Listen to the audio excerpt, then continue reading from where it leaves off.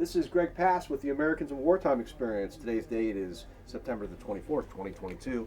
I have the pleasure to sit down with Don Cahill. Don, thanks for coming in today. Thank you for having me. And tell us your full name and where you were born.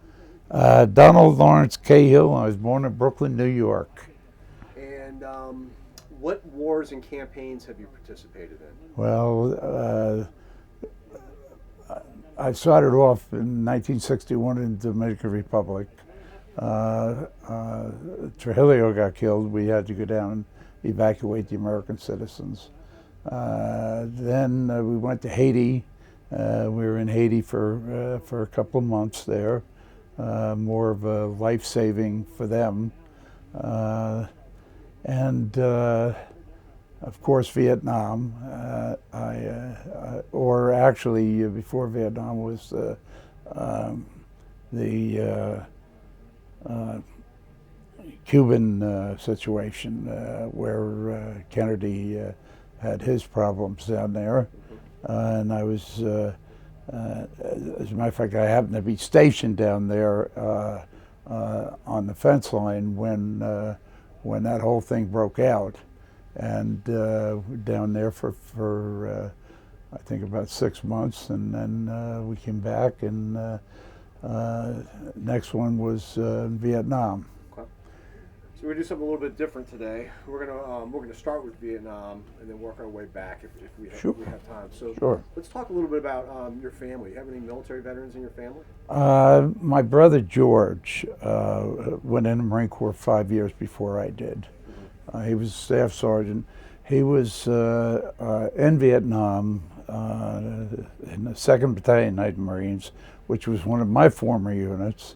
When I was in the 1st Battalion Night Marines, up in both of us in Quang Tri Province, I was wounded in February of '67, and he was killed in August of '67. My father was never in the service, but he was seconded or lent by Bankers Trust Company in New York, where he was working at the time. He was lent to the Naval Intelligence, where he worked on codes down on Whitehall Street in New York. But all of his brothers were in either Navy, Coast Guard, and Army during the war, during the Second World War. So how did you end up in uniform, and why the Marine Corps? Well, I idolized my brother. He was 5 years older than I was, and he joined the reserves, and then he joined the Marine Corps on active duty, and he used to come home on weekends from Camp Lejeune. And we had a pretty big house in Montclair, New Jersey at the time. And he used to show me how to rappel off the porch and was up on the 2nd floor. And we would, that's how we played all the time. Mm-hmm. And we got along so well. There was no other place for me to go but for the Marine Corps. To be honest with you, I didn't even know anything about the Army or the Air Force at the time. To me, it was all Marine Corps. So how old were you when you visited the recruiter? I was 17, 10th grade. My father was a banker, a Wall Street banker. He ended up there for 50 years as a senior vice president of the 6th largest bank in the world. You could understand why he wasn't happy about me wanting to join the Marine Corps, especially at 17 years old and in the 10th grade. But I'm sorry, what year was this? This was 1960. Okay. And Mom was not happy either. Mom was chairman of the draft board at the time in Montclair, New Jersey. And but I was able to convince them. School to me, I wasn't learning anything. Um, I needed to get out into the world, and they agreed. My father took me over to New York to the receiving station, and off I went to Parris Island. Without a high school diploma. Without a high school diploma, 10th grade. Okay. As soon as I get down there, of course I went through 12 weeks of boot camp.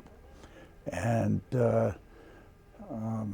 while I was there, I took my GED and scored very high on it.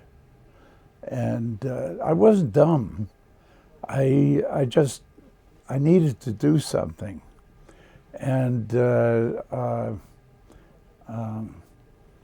when I graduated boot camp, which was in December of 1960, I went to Camp Lejeune, went through infantry training, and then right to the 1st Battalion, 8th Marines.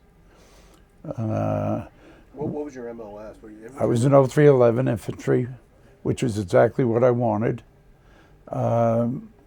Later on, I got additional MOS, but at the time, I wanted to be infantry. I wanted to go to jump school. I wanted to go to do this, do that, and I got to fulfill a lot of my dreams during that period of time. And I was in the 1st Battalion, 8th Marines for a year, about a year. And during that period of time, of course, is when we went to the Dominican Republic and Haiti. Then I got transferred to the 2nd Battalion, 2nd Marines at Camp Lejeune. And almost immediately we got mounted out, the whole division mounted out to Cuba. And we ended up on the fence line down there and digging ditches and foxholes and bunkers and working with the CBs and all that. I got seconded over to the MCB-4, the Mobile Construction Battalion, to teach them how to shoot the BAR.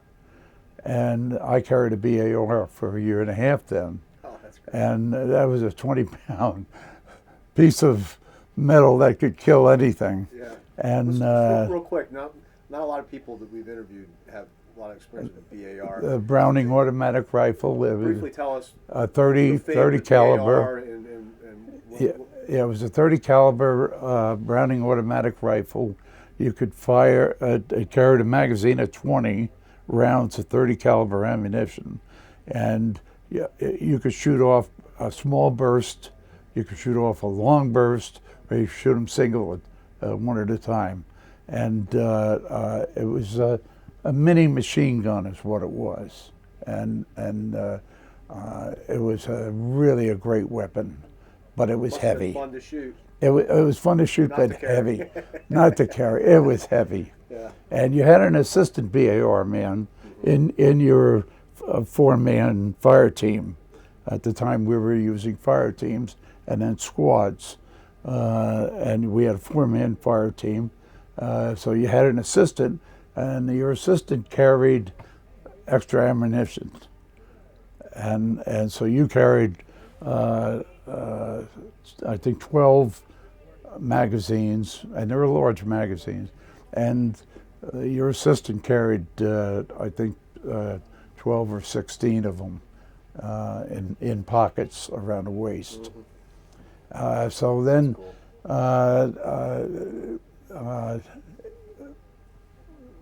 we were there for the whole situation down there in Guantanamo.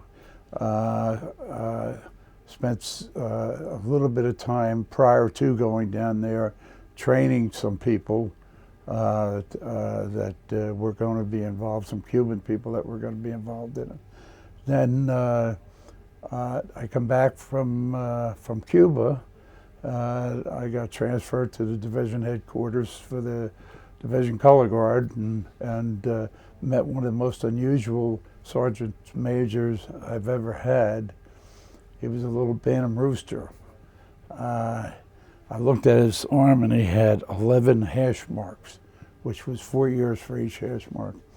And I looked at him and I said, Sergeant Major, I said, I'm pretty darn impressed looking at your hash marks.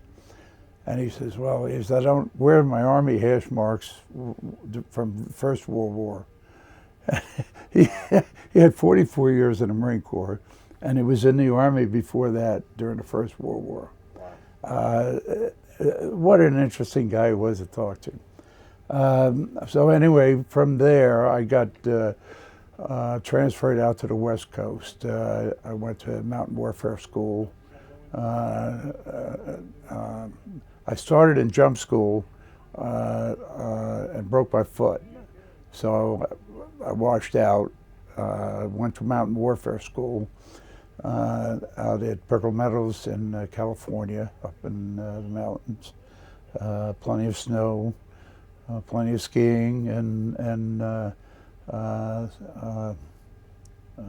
mountain warfare is what it was. From there, I got transferred to Camp Pendleton, where I went to the 1st Battalion, 1st Marines. And I went to the S2, the intelligence unit, and I was a scout and then a chief scout for that, where we had the snipers and the scouts. This was a battalion level recon unit, is what it was. We carried electronic equipment with us all the time, radar, what they called at the time, I think Tipsy 21, where you could detect vehicles or people miles away with this equipment. I remember down in Cuba we used it, and I remember we were tracking the ships out at sea with it. From there, I got transferred over to the 2nd Battalion, 9th Marines in Okinawa.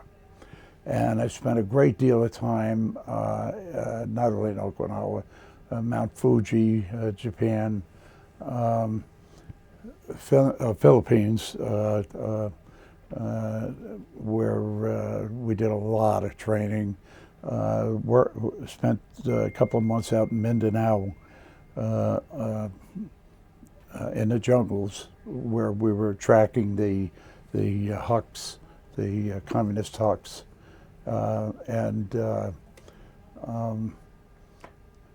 From there I came back to the States and did some I&I duty, and then got transferred over to the 1st Battalion, 9th Marines, which was called the Walking Dead.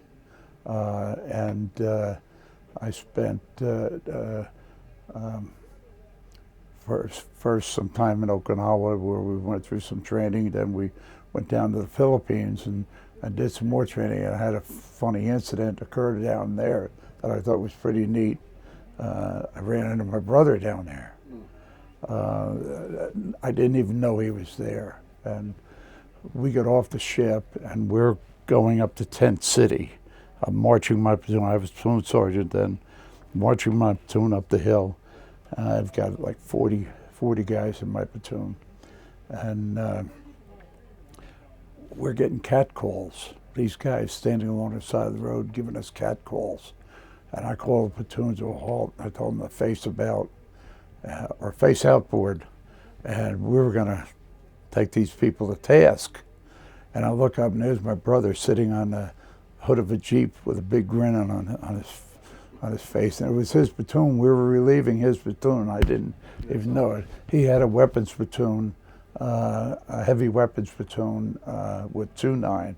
And I didn't even know we were relieving them for the training. And so I ended up spending that afternoon at the club there in the Philippines, and And we put away a case of beer that afternoon, Bet. sitting on the steps, having some great discussions about his family and mine. And then that's after that training, went to Vietnam, and started in Vietnam in December 1966 on what they called Deck House 5, which was an operation down in Cahill, south of Saigon.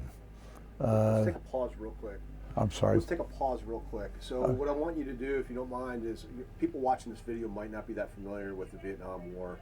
Talk about what American interests were and our involvement in Vietnam in 1966 when you get word that you're going to be involved with these operations. All right. Let me go back to 1963. I was the chief scout in the S2, the intelligence unit, for the 2nd Battalion, 9th Marines.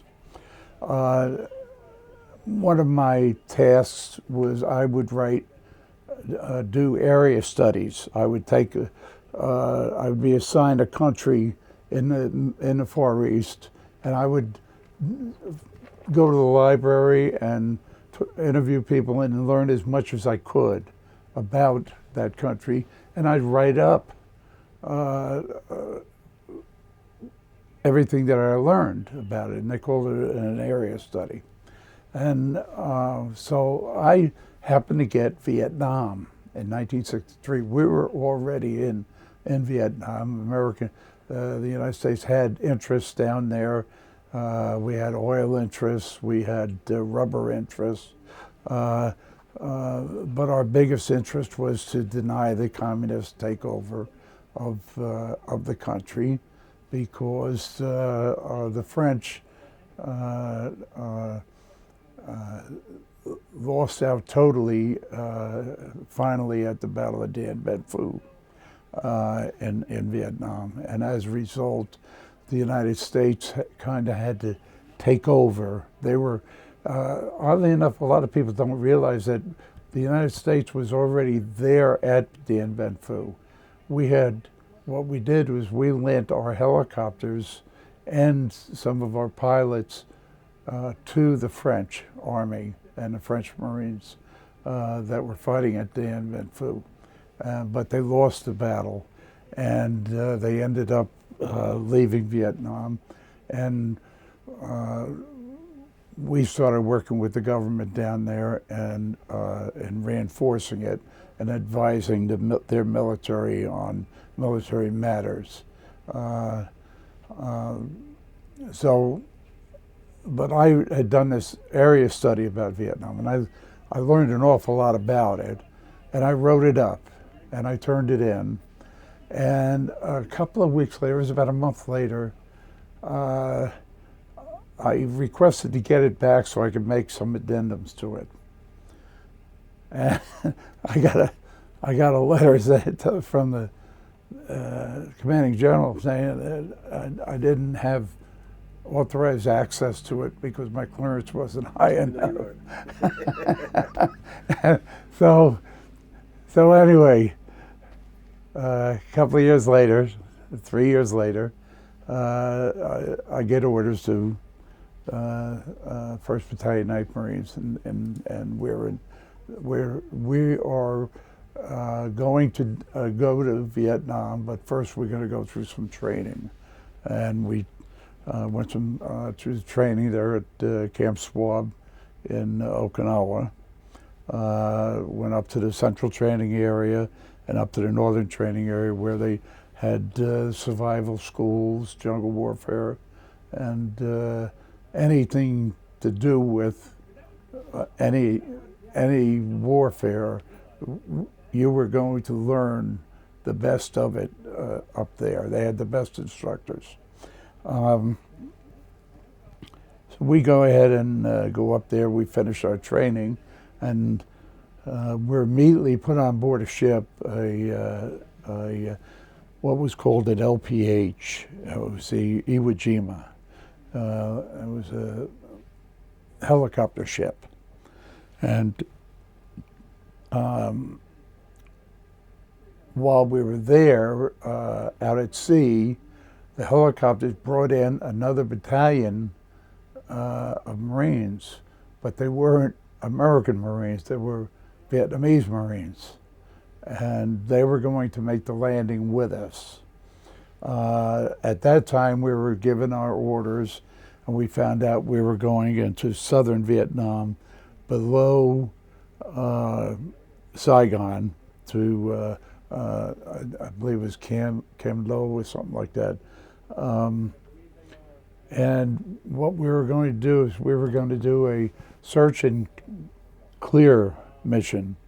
It was determined there were a lot of senior Viet Cong officials in the jungles down in there.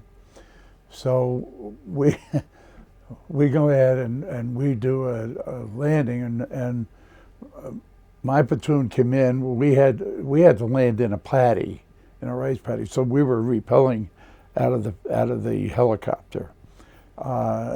I had one of my. How far off the coast is this?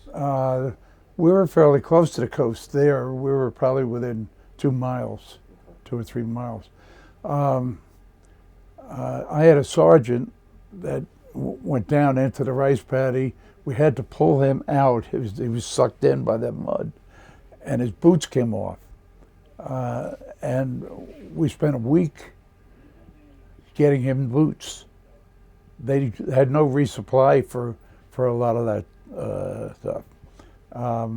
The maps that we had were so outdated that we spent, and I was an expert in map reading and finding my way around. I forget the military term for it, but spent a day and a half looking for Highway 1 down there. And it turned out it was right in front of us, but it was not a big road like we were looking for. It was a little path. It was a bicycle path. So we got oriented. But they call it a highway. Yeah, they called it a highway. And so we got oriented, got our mission accomplished with only a few casualties. One group of casualties was uncalled for. Some idiot was carrying his grenades hooked onto his pack, which was, you don't do that and loosen the pins. You're not going to need grenades that quick. And it ended up blowing up a helicopter and killing the pilot and everybody else in there. But even Marines are stupid sometimes. And you said it, not me. Yes, that's right.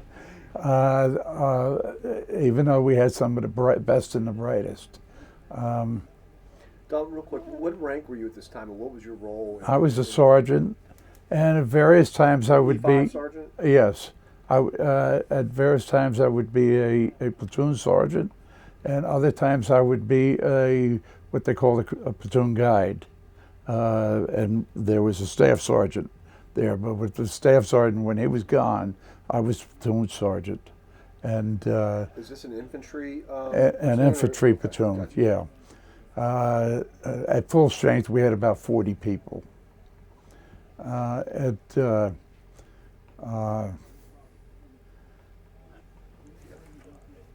So we go through that operation. It was a very successful operation. One very big disappointment. We did our landing. Now this is top secret. Everybody's hush hush. You can't even talk about it. On the ship. Fortunately, I worked with a guy who came from Navy SEAL school. He was an instructor there, and he had a lot of contacts with the SEALs. So we had a little bit of information about what we were, where we were going, so that we'd be able to prepare. But we got our briefing on board ship. It was the first real full briefing we got. First time we knew exactly where we were going, what we were going to do, and why we were doing it. We do our landing, and there's paper flyers all over the place that the Navy and the Air Force had dropped all over the place. Loyal Vietnamese, clear the area, Marines are coming in to make it safe. It boggles your mind why they do that, but they do. And it was pretty successful because most of the bad guys left too. So when we left there, we went up to Fubai. We went back on board ship. Took the ship up to, yes. So that was your first time in country, right? That was first time in country. What was your, that was December? December of '66. What were your memories about the environment, like the weather, It was very rainy, and they had bombarded that area with Agent Orange, so it was everywhere. Most of our time was spent up to our waist in water, on small rivers and streams. My TO weapon there was a shotgun. I carried a shotgun. It was a 12 gauge Winchester 1200. And if we came on a sampan and the sampan didn't stop to our orders, I would shoot in the bow of the sampan, blow a hole, and they'd stop, they'd sink. That's how much water there was there. I carried a shotgun almost the whole time I was there. That and a 45.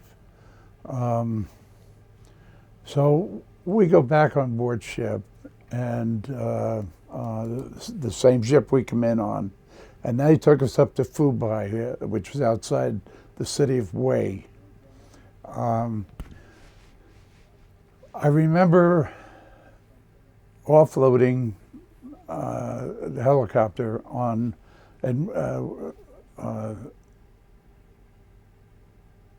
eventually we ended up on I think an LST or something like that, and we had to get onto Mike boats to go into Fubai. What's a Mike boat? Mike boat is like it's an open top, 25 feet long, 15 feet wide, with a coxswain sitting up in the back, and the front ramp goes down so that you can... Kind of like a Higgins boat type thing? Like a Higgins boat? Very much like a Higgins boat. Gotcha. Yeah. Of which the Higgins boat, thanks to the Marine Corps, they had in World War II. I give you that story another time.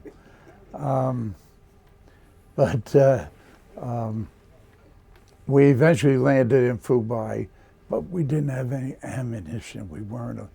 They took our ammunition away on the ship, and they didn't give us any ammunition until after we got up into Tent City in Fubai.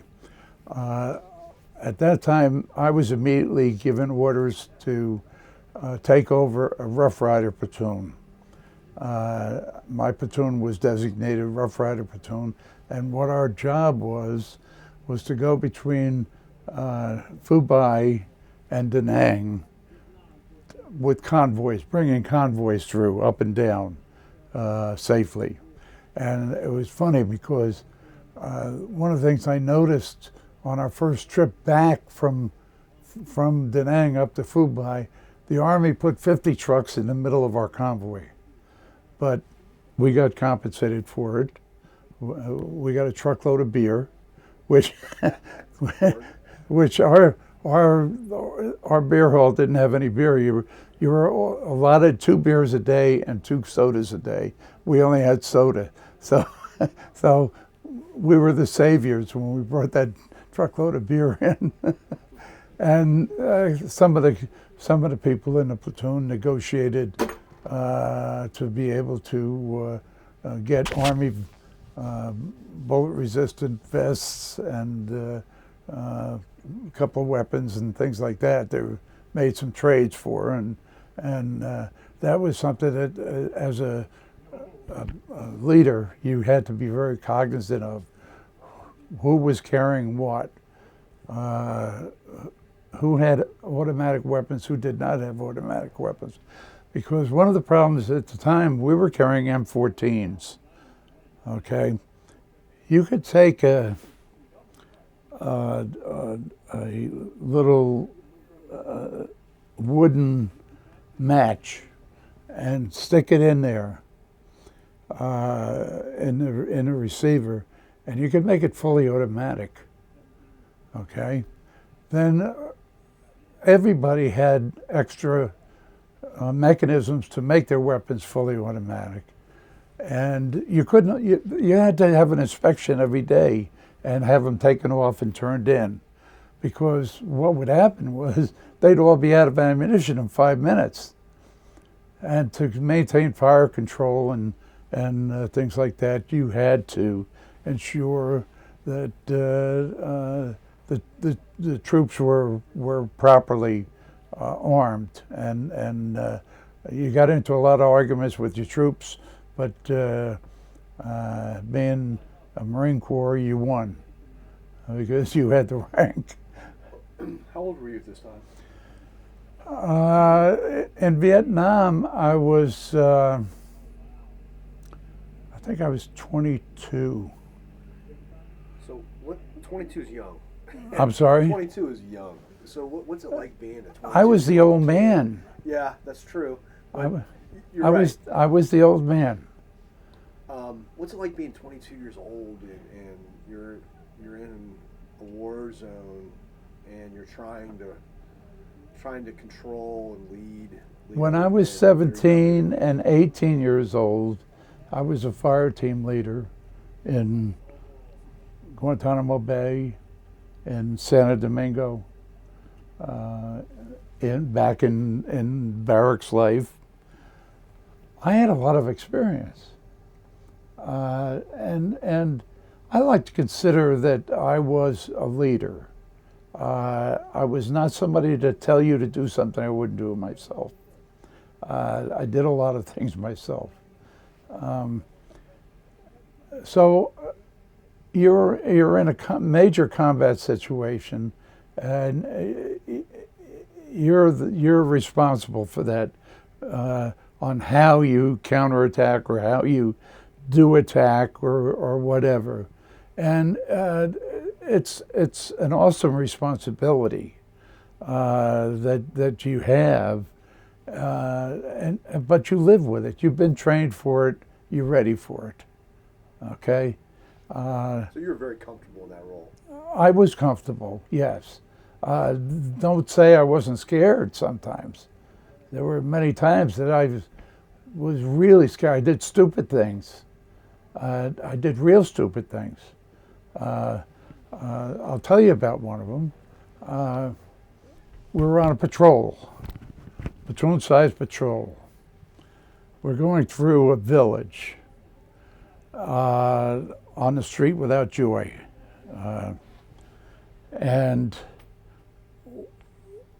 our lead guys spotted some people running into a hooch, a house. And so we run up there and we got it surrounded. I'm standing right next to the door. Okay, we asked them to come out. We told them to come out. We told them they're going to, be injured. We took all the precautions. Well, what I did was I pulled a a smoke grenade, or no, I'm sorry, it was a gas grenade. I pull the gas grenade, open the door, and throw it in, and then close the door, and I'm holding the door, leaning against it. I got shrapnel in my left shoulder because of that dumb move. It came right through the straw, and I never thought about that. Say, one of the a dumb thing. Next thing I looked it up, and I got blood all over my arm and everything. But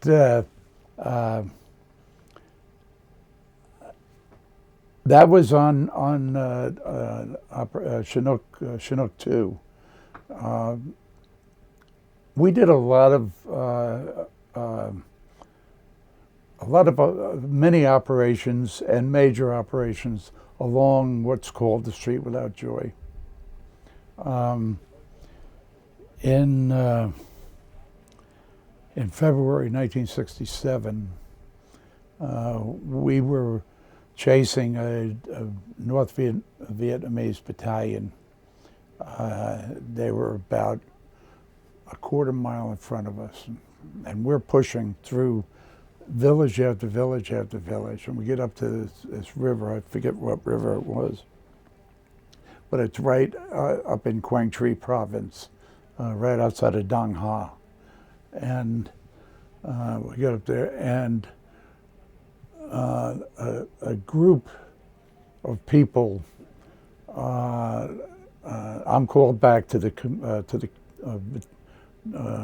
command post for the company. Command post, meet with the company commander, and he says, "Look," he says, we've just picked up some VIPs. A fellow by the name of Bernard Fall. He's a writer, and he's got some of our public affairs people with him. So you'll see them, around the area." So it isn't an hour later, we get up to the river. And they're on the other side of the river lobbing missiles over at us, and we're lobbing stuff at them. About that time, I look over and I see Bernard Fall and his public affairs people, and they're kind of working their way up through some brush. And next thing I know is an enormous explosion. And unfortunately, he stepped on a landmine. He got killed. So we had to set up a perimeter and bring in medevacs to take out all the wounded, which meant we had to stop our pursuit. So the helicopters come in and pull them out, and we're getting ready to re-engage. We're engaging them by rifle fire, but we're not doing any major stuff. Next thing I know, we're hit with a barrage of mortars. And next thing I know, boom, I'm gone. I woke up almost a day later in a body bag. I was already declared dead. The priest had opened up my body bag to give me my last rites. And that's when I woke up. And I was at the hospital, the medical facility in Fubai then. They had medevaced me not by helicopter, but by in an Ontos, because the rains had come in and they couldn't get helicopters up. So I think I lost 6 people that day, right there where the mortars came in. Now, a little background on Bernard Fall. Brilliant guy, professor of English literature at Howard University in Washington. In 1940 or 50, 52, I think it was, he was with the French as a reporter at Dien Bien Phu. He had been with the French Army all through a lot of the war fighting the Viet Minh. And he wrote a book about it. And the book was called The Street Without Joy. And it was all about that highway going up alongside about, I guess, about 2 or 3 miles in off of the coast, going all the way up north into North Vietnam. He was over there this time doing research to rewrite that book, to update it. And that's why he was there. I didn't know much about him until I read his book, and it was fantastic. It was a great book about Vietnam.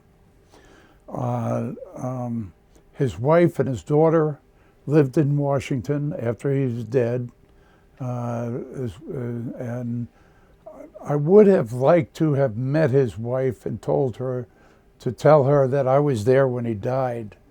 For some reason, I just couldn't get myself to do it. Maybe someday I'll talk to his daughter. He didn't suffer. He was killed immediately. So is this the same day you were wounded?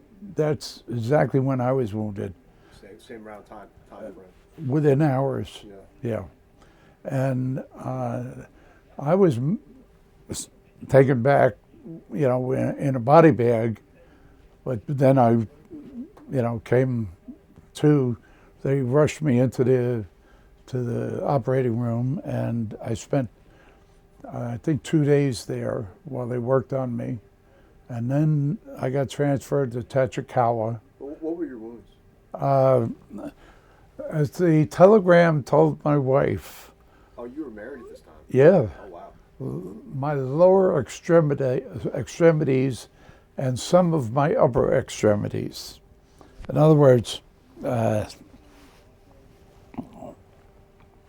I have a big missing piece up here and big missing piece there in my legs. My knees are bone on bone. As a result, I've got a lot of damage to my left arm. My neck, I have both my eardrums were burst. After I left Tachikawa, they sent me to Yokosuka, Japan. I was there for 6 months. And they figured they did all they could on my legs and my arms, and they transferred me to St. Albans in New York City, in Queens, the Navy Hospital. They worked on my ears there. I was there for about a month, and then they transferred me to Bethesda Naval Hospital, where I did outpatient for about 4 months. And they decided they would retire me.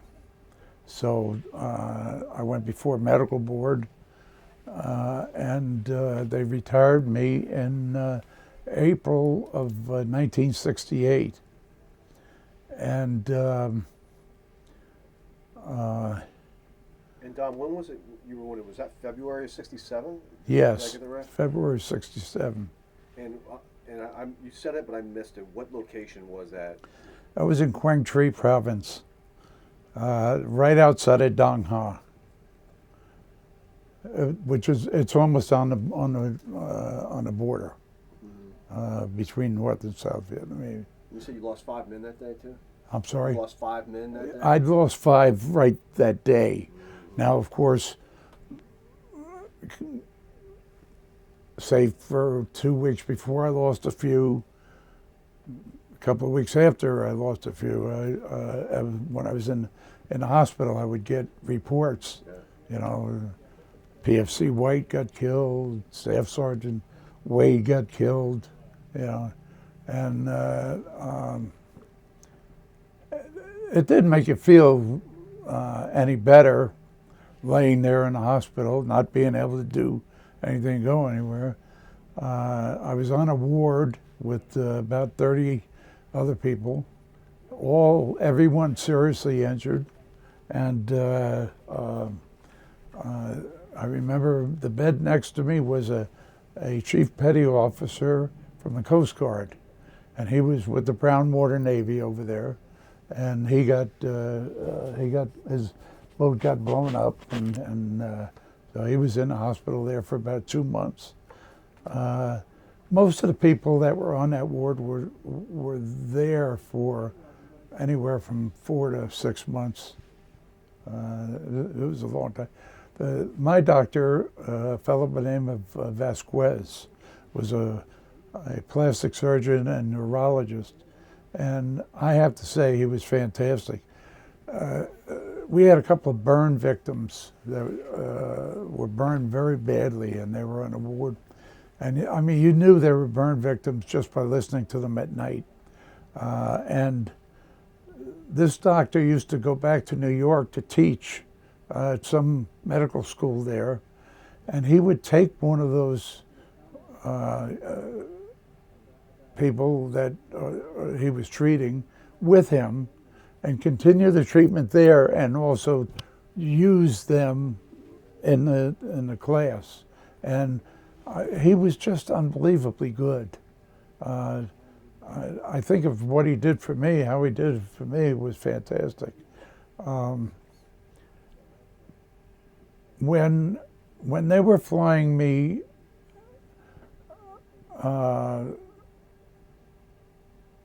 out to Tachikawa. It was Tachikawa. My eardrums had burst. They were full of blood. This Air Force medic on the flight, it was a C-120. He comes over. He could see I'm in pain.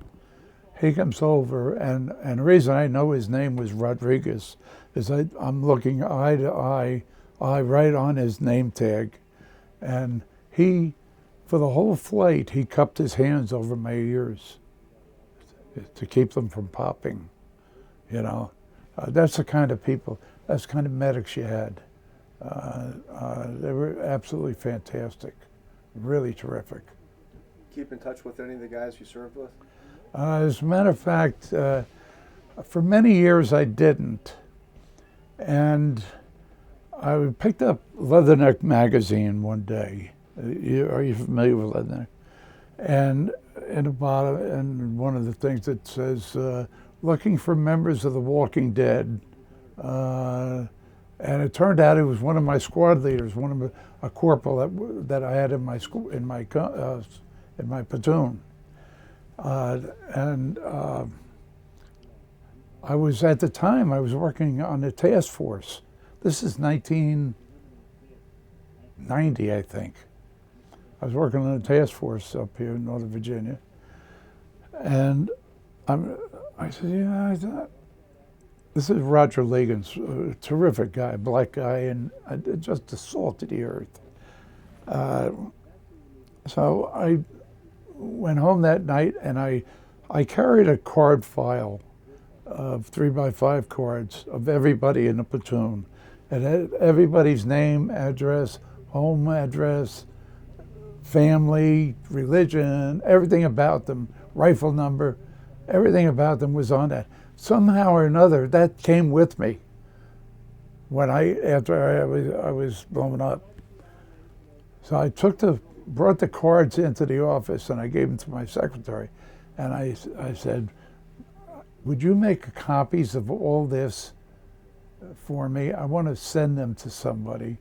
So she made copies of the whole thing for me, and then I wrote a letter to Roger, and I said, Roger, I'm down here in Washington. Are you still in New Jersey? 2 days later, I get a phone call, and he's bawling. He's crying. He says, Sarge, he says, we were told you're dead. We didn't know you lived. And I said, well, Roger, I said, I'm as alive as I possibly can be. I'm glad to be. And he says, I'm coming down there. I'll be down there tomorrow. He came down the next day from New Jersey, and we spent a whole day together just talking and reminiscing and everything. And he took all that information from my platoon, okay, or his platoon also, and through that he was able to put together about 200 people from the unit, and we had a reunion in Washington. And since then, we have had a reunion every 2 years. That's fantastic. Yeah. Now I had a guy in my company who got the Medal of Honor. He and I were very, very close friends, and I'm ashamed right now because I can't remember his name now. There's a barracks named after him on the main drag in Quantico. Our battalion commander got the Medal of Honor, but he got it from Clinton for action, I think in either the Second World War or Korea. And that was Colonel Day, who later became a general. But he was our battalion commander at the time. There are so many interesting and real heroic people in that organization, and they don't take that term "Walking Dead" for lightly. That was given to that battalion by Ho Chi Minh himself. And this was 1st Battalion, 9th Marines? Yeah, that's correct. They're called the Walking Dead. The Walking Dead. You Google Walking Dead and you'll get all kinds of information on it. Let's talk a little bit. It's interesting that you were married at the time. Tell us how you communicated with your family when you were in country. Well, more important, and I wrote every day. I wrote a letter every day to my wife. When I was in California going through training prior to going over to Okinawa to join my unit, it was illegal against regulations, but I used to fly home on weekends to New Jersey. Myself and a buddy of mine from Philadelphia, and we're in the same training battalion. We would rent a car on Thursday night. On Friday night, we'd get back from the field around midnight, clean up the barracks and everything. We'd go on Liberty for the weekend. He and I would drive the car up to Los Angeles. And back then, if you were in uniform, you could fly at half price. We would fly to Philadelphia. His wife would pick us up. She'd drive me out to the New Jersey Turnpike. I'd hitchhike up to Newark, and my sister or my wife would come down and pick me up and take me home. I'd be home. This would be like 3 o'clock in the afternoon. I had to be back at the airport by 3 o'clock Sunday. So I'm home for less than 24 hours. Okay, but in that 24 hours, we did everything we could do. I mean, we had dinner, we went to mass, saw the family, everything else. And so then, of course, I communicated with her almost daily. Your mail didn't go out every day, but you'd write your letter, you'd stick it in your pack, and when they said mail's going out, you turn it in. When I was wounded, now prior to going over there, I was on I&I duty back in Port Newark, New Jersey. I had some very close friends there, very, very close friends. when I was wounded, by rights, the Marine Corps should have sent the message to my wife through the I&I station. But because there were so many being wounded and killed, what they did was they sent it over to the 1st Marine Corps District in Long Island City, and they gave it to a recruiter to go make the casualty call at my house. Well, of course, you better believe a lot of senior ranking officials heard from those Marines that were stationed at Port Newark, New Jersey. They were absolutely livid that somebody else made the call and not them, who were very close to both Barbara and I. But we got over it. And when my brother was killed, I was in the hospital, but I was given orders to escort his body back from Delaware to where his family was. He had a wife and 2 children up in New Hampshire. What was his name? George Cahill, George Edward Cahill. Who was he? What unit was he with when he? He was with 2nd Battalion, 9th Marines. Yeah, and he was a good Marine. He was an outstanding Marine. Let's talk about your homecoming. Homecoming was funny. They transferred me from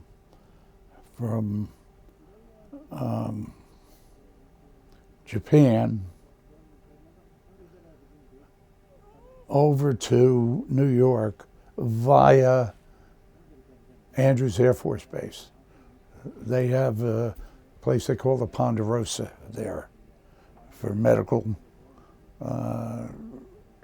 During the war, anybody on the East Coast flew in there, and then they went to their destination. Okay, so I was sent from there. I was sent to St. Albans in New York, in Long Island, or Queens.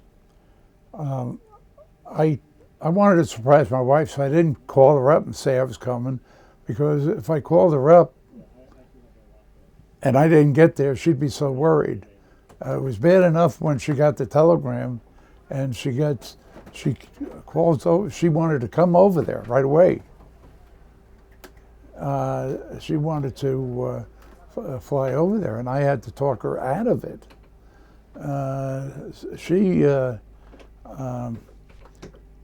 So she was home, and I get sent over to St. Albans, and they told me I've got to go for an examination on my ears, and then they're going to give me 2 nights off, and I can go home, but I have to come back. So I'm not going to call her yet. I'm going to get this over, and I want to be positive. So I go ahead and go through it, and the next day and the day after, and orders get through giving me liberty for 48 hours. So I had to find my way over to New Jersey. So I ended up, I was walking on, I think I had crutches then, because I still couldn't walk very well. And yeah, I was on crutches. And I ended up taking a bus, and then I took the train over to New Jersey, and then I took a cab up to my house in Irvington, where my wife was. And I knock on the door. We lived on the 2nd floor. I go in, and we had a great reunion. I mean, fantastic reunion. And we're laying around on the bed talking and everything, and there's a knock on the door. And she says, "Who is it?" And of course, whoever was at the door could hear what was going on inside. And he says, Western Union. So she opens the door and she's in a robe, and he hands her a telegram. And she says, thank you, and he leaves. And we open up the telegram, and it's the Marine Corps telling her that I'm on my way home. So you can imagine what he was thinking. You think you're probably scoot out the back door. Yeah. Yeah.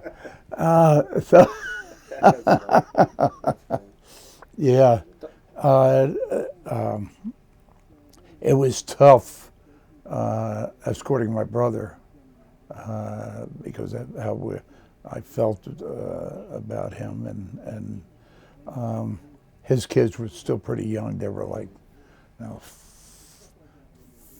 I think 3, 5, and 7 or something like that. I don't know. And I, even today, I have a picture of them sitting on the kneeler at the casket,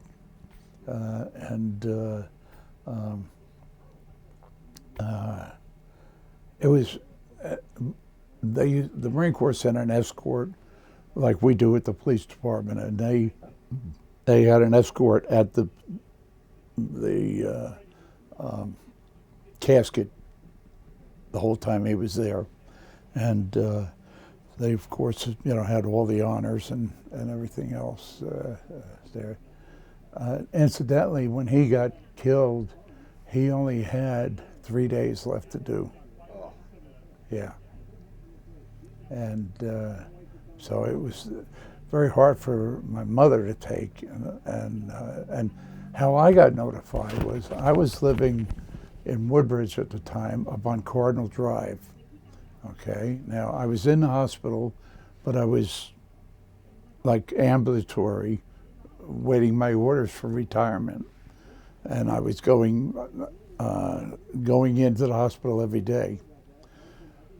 A deputy sheriff knocks on the door, and he says, contact your father-in-law about a death in the family. Of course, we didn't even have a telephone. We had just moved in a couple of days earlier, and my sister from California came in to help us move in. So we didn't even have a phone.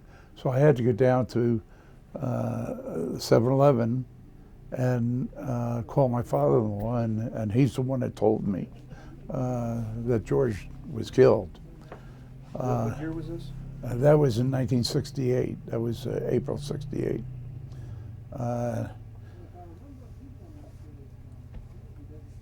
The family took it very hard because we were such a close family. Even today, we're very, very close.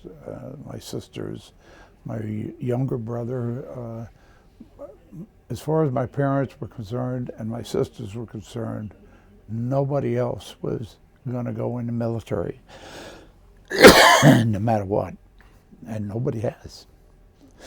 How'd your mom feel when she found out you were going to be a cop? She wasn't too bad, or she didn't express bad, but my father was not happy. I was working undercover, and he came down to visit me. And we went for a walk. I lived in Widewater, and my property I had 5 acres there, and a lot of property, Marine Corps property, right adjoining it. We'd go out for a walk in the woods, and he said, look, so he started working in Bankers Trust Company when he was 13 years old. He was recruited with 13 or 12 other kids to be runners, and they sent him to school at night, and he ended up being a senior vice president for the Pension Trust Division, and all 13 of those kids stayed with the bank for 50 years. So he would say, Don, why don't you come back to the bank? He says, you want to be a cop? You can be a cop at the bank. Whatever you want, I'll get you. And I told him, Dad, I'm happy what I'm doing. So we would go on vacations. The family, all my sisters to bring their kids, my parents. me, my kids, my wife, and we go up to the Irish Alps up in the Adirondacks. So we'd all get a house on a golf course up there in one of the resorts, one of the Irish resorts. And we'd play golf during the daytime, my dad and I. And for some odd reason, the head of security would always show up to play golf with us because he did not like what I was doing. And I took him overseas with me a couple of times on lecture tours. And I think he kind of got a understanding of it. And I took him on a trip to England, Scotland, Ireland, and Wales, and we were over there for a month. I took my father-in-law too. Oddly enough, he died within 4 months. My father-in-law died within 3 months of that trip. It was, fortunately, I now have great memories and great photographs, of our. Matter of fact, one day we ran into Billy Hunt and Ted McAteer over there in Liverpool. So, yeah. We had a lot of mutual friends over there that I had introduced them to. And these friends used to visit us over here, and they'd stay sometimes with Ted or sometimes with Billy or sometimes with me. And we would always, stay with them or their neighbors over there. They were all cops over there. So I've interviewed a lot of Vietnam veterans, and it's interesting when you hear some of the veterans have bad experiences when they came home with the American public, and some of them did. Yeah. What were your experiences, if you don't mind sharing? Okay, when I came home after they retired me, I had to get a job. My wife was working as a teacher on a base at Quantico. She taught in one of the elementary schools. And I was out at the rifle range one day as an instructor, and I get a phone call that they're retiring me. So I'm going through that period, and we had to decide, was she going to quit teaching and we go back to New Jersey or what? So she went ahead and put her letter of resignation in, but she couldn't leave until June. And this was April, which meant I needed to go out and get a job. Well, I still wasn't walking right. I was still walking with a cane and not able to walk too well.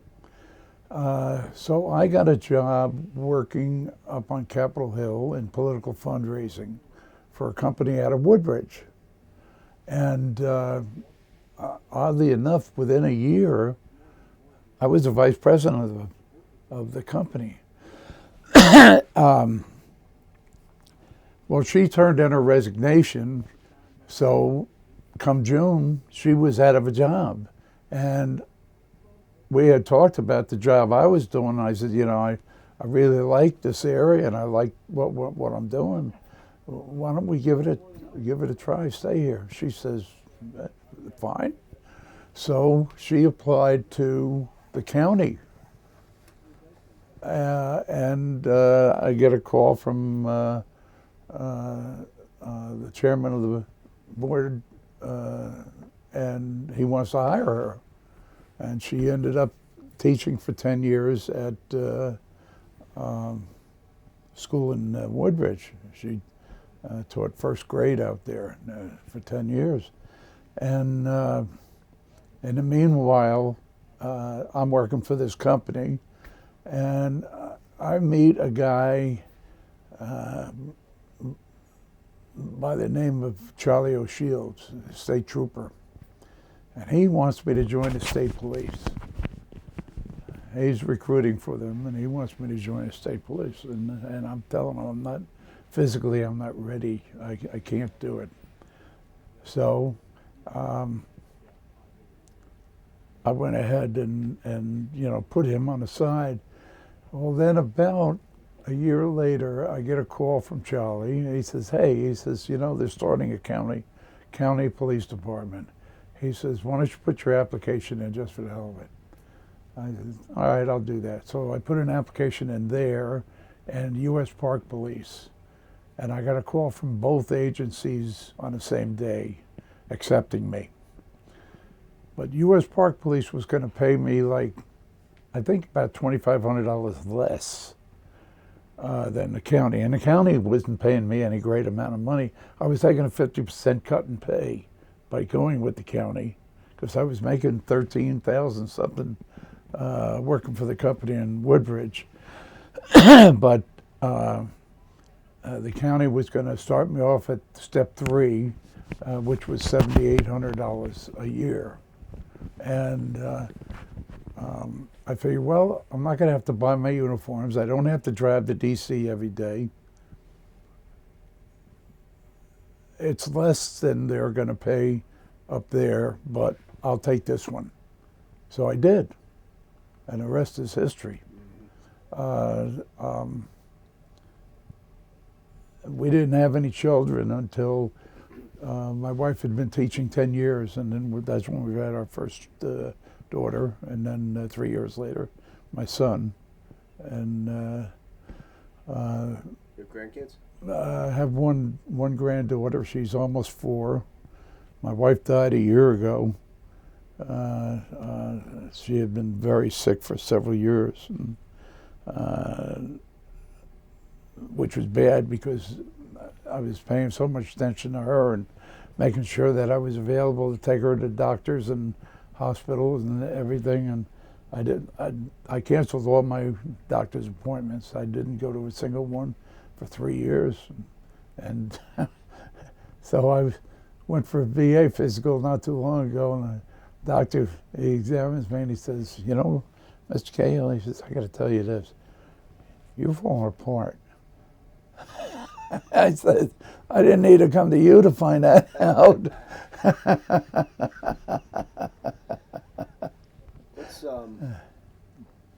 Let me ask just one last question. I am 100% rated, VA rated. Yeah. 100%, yeah. So, as you know, we're videotaping this right now, and you're going to receive the video in a few weeks, and you're also going to get instructions on how to submit your story to the Library of Congress for the Veterans History Project. Theoretically, your video will be there for hundreds of years. If one of your great-great-great-great-grandkids stumble upon the video, what would you want them to know about your service to your country? Well, number one, I'd like them to know that I did serve my country when my country needed me. It certainly started because I wanted it, but it continued because we both wanted it. And that's something I'd like them to know. It's an honorable profession, a very honorable profession. And I think it's something that a lot of people don't even think about. They take everything for granted. And I don't allow that in my family at all. I don't care if you go out to my 4th cousins. They know me and I know them, and they know my feeling. And if I haven't yet known anybody in my family that disagrees with me on my feeling for this, and it's a way of life. I lied to you. I'm going to have one more question before we're going to have to cut it off. All right. There's a bunch of kids running around here at the tank farm today. You may have seen them when you were walking in. If you had a teenage kid come up to you today and said, hey, I heard you were in the Marines, I'm thinking about enlisting in the Marine Corps. What advice would you give him on how to be successful in the Marine Corps, or any branch of the military for that matter? Well, learn everything that you can possibly learn, and do what you're told. I think it helped me to learn everything that I could learn, I had been the one disappointment I had been selected for staff sergeant. I was on the list.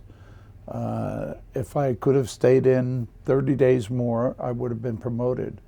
But back then, the law said you have to be able to serve 2 years to get a promotion. And I couldn't serve another 2 years because they knew and I knew I was retiring. And it was a big disappointment to me because I made the list in 8 years, and that was unheard of back then. Anybody making that list in 8 years. Today, I think they probably make it in 4 years. Unfortunately, our time's up. We got another interview coming in a little bit. All right. But Don, I cannot thank you enough for coming in and just giving us a piece of your fascinating story. So on behalf of the Americans in Wartime Experience, I thank you, and more importantly, thank you for your service. Thank you. Thanks, Don.